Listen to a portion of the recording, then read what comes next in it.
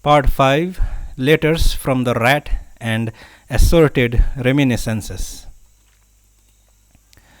Chapter 13, The Rat's First Letter, postmarked December 21st, 1 year ago.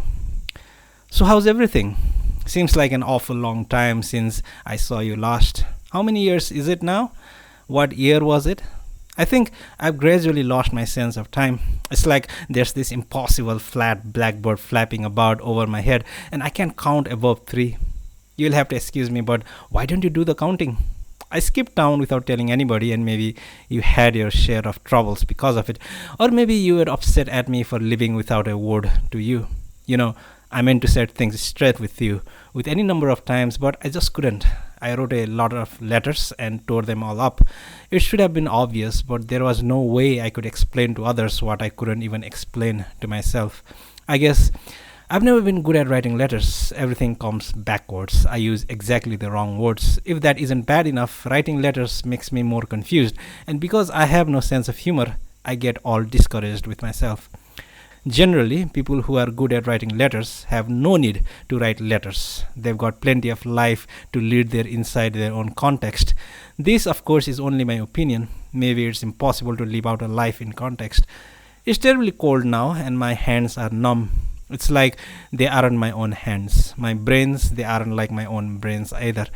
Right now it's snowing, snow like flakes of someone else's brains, and it'll pile up deeper and deeper like someone else's brains too. What is this bullshit all about anyway? Other than the cold, although I am doing fine, how about you? I won't tell you my address, but don't take it personally. It's not like I'm trying to hide anything from you. I want you to know that.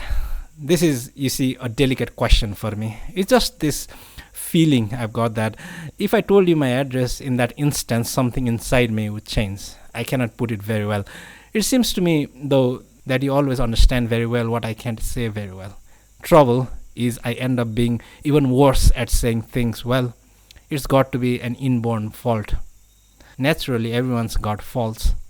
My biggest fault is that the faults I was born with grow bigger each year. It's like I was raising chickens inside me. The chickens lay eggs and the eggs hatch into other chickens, which then lay eggs. Is this any way to live a life? What with all these faults I've got going? I have to wonder, sure I get by, but in the end, that's not the question, is it? In any case, I've decided I'm not going to give you my address. I'm sure things will be better that way for me and for you. Probably would have been better off born in the 19th century Russia. I'd have been Prince so and you Count such and such.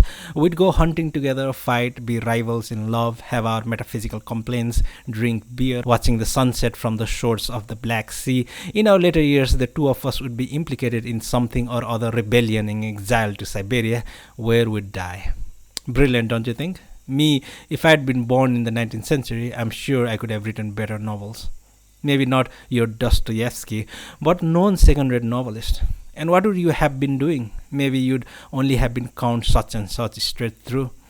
That wouldn't be so bad, just being Count such and such. That'd be nice in 19th century. But well, enough of this. To return to the 20th century, let me tell you about the towns I've seen. Not the town where I was born, but different other towns. There really are a lot of different other towns in the world, each with its own specific features, incomprehensible things that attract me, which is why I passed through my share of towns these past few years. Wherever I end up, I just get off at, and there's a small rotary where a map of the town is posted and a street of shops. That much is the same everywhere. Even the dogs look the same. First thing I do is a quick once around the place before heading to a real estate agent to see about a cheap room and board.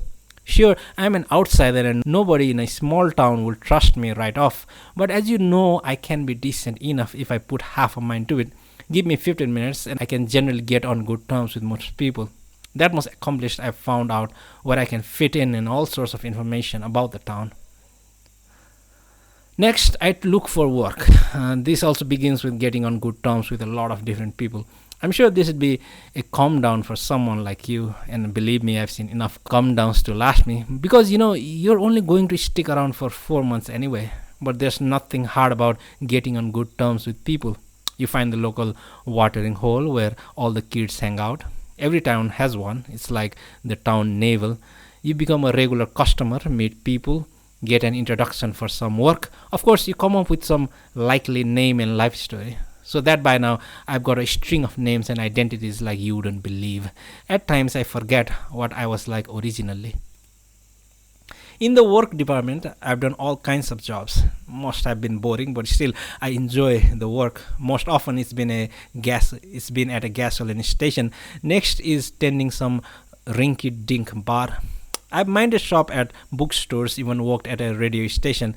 I've hired out a day laborer. Being a cosmetic salesman, I had quite a reputation as a salesman, let me tell you, and I've slept with my share of women. Sleeping with women each time with a different name and identity isn't half bad. You get the picture in all its variations. So now I'm 29, turning 30 in another 9 months. I still don't know whether I'm cut out for this kind of life or not. I don't know if there's something universal about wanting to be a drifter. But as somebody once wrote somewhere, you need one of three things for a long life of wandering: a religious temperament, or an artistic temperament, or a psychic temperament. If you have one, but only on the short side, an extended drifter's existence is out of the question. In my case, I can't see myself in any of them. In a pinch, I might say, no, better not. Otherwise, I might end up opening the wrong door someday, only to find I can back out. Whatever if the door's been opened. I better make a go of it. I mean, I can't keep buying my kicks for the rest of my life, can I? That's about the size of it. Like I said at the beginning, or did I? When I think of you, I get a little uneasy because you remind me of when I was comparatively a regular guy. Your friend, the rat. Postscript. I enclose a novel I wrote. It doesn't mean anything to me anymore, so do whatever you want with it. I'm sending this special delivery to make sure it reaches you by December 24th. Hope it gets there on time. Anyway, happy birthday. And by the way, Merry Christmas. The rat's package was shoved all crumpled up into my apartment mailbox on December 29. Attached was a forwarding slip. It had been sent to my previous address. There had been no way to tell him I had moved. 4 pages of pale green stationery packed solid with writing. I read the letter through 3 times before I brought out the envelope to check the blurred postmark.